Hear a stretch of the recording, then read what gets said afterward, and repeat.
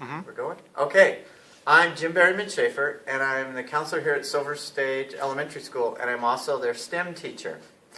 And we have been using Corral the robot as a beginning programming language, and it's just amazing. I found the program online and sat down with it, and pretty soon kids were coming by asking me what I was doing, and they soon were programming themselves.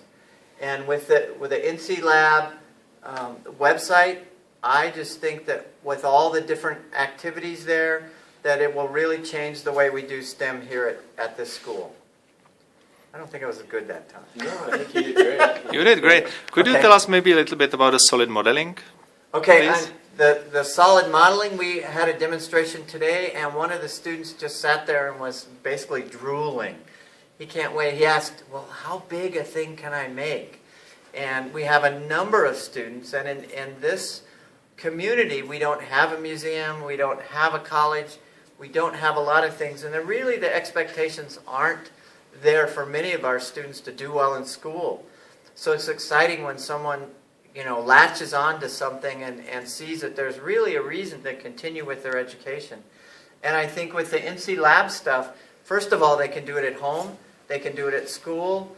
It doesn't cost them anything.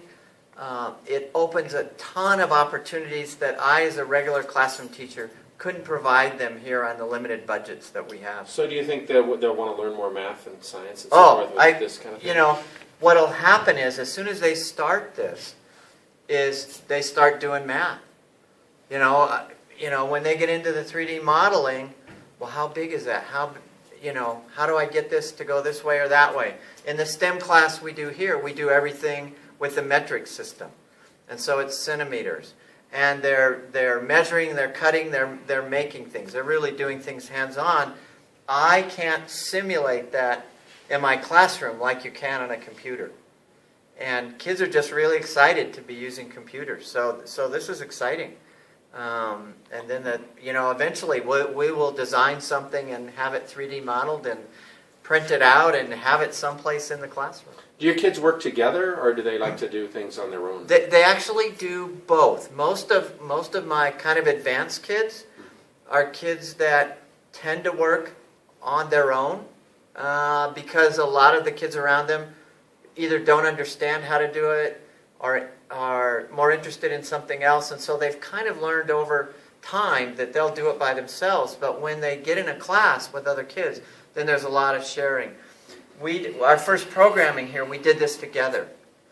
And kids would scream out, turn right, turn left, do this, do that. And we would decide what we want to do. And then the nice thing is we would just go up and click and run it. And it either runs or it doesn't. And as a teacher, I'm not saying it's right or it's wrong. But if your robot is stuck against the wall, not moving, we all realize that we need to do something else. And as a teacher, that's exciting too. That I can let them experiment and we don't have to worry about tearing up a $200 robot. I don't have custodians growling at me because we have stuff all over the floor. What would you say to the teacher that's worried about doing STEM because they don't feel like they're very competent in it themselves? Well, I would say I'm not very competent in either. I am not the beginning and end all of STEM. I know some math, I know some science, I can read, I can get online, I can ask other people questions. Basically, the way I look at my job is to kind of expose kids, get them interested, and say, go. Do they figure it out themselves? Oh, they do. It's amazing. They'll come in, oh, I did this or that. And I'm like, well, how did you do that?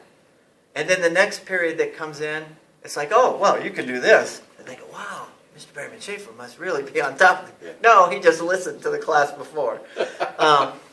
But yeah, I have found that when you have the right mix of kids and you push them in a direction and you support them, it's just amazing the growth that you see. And yeah,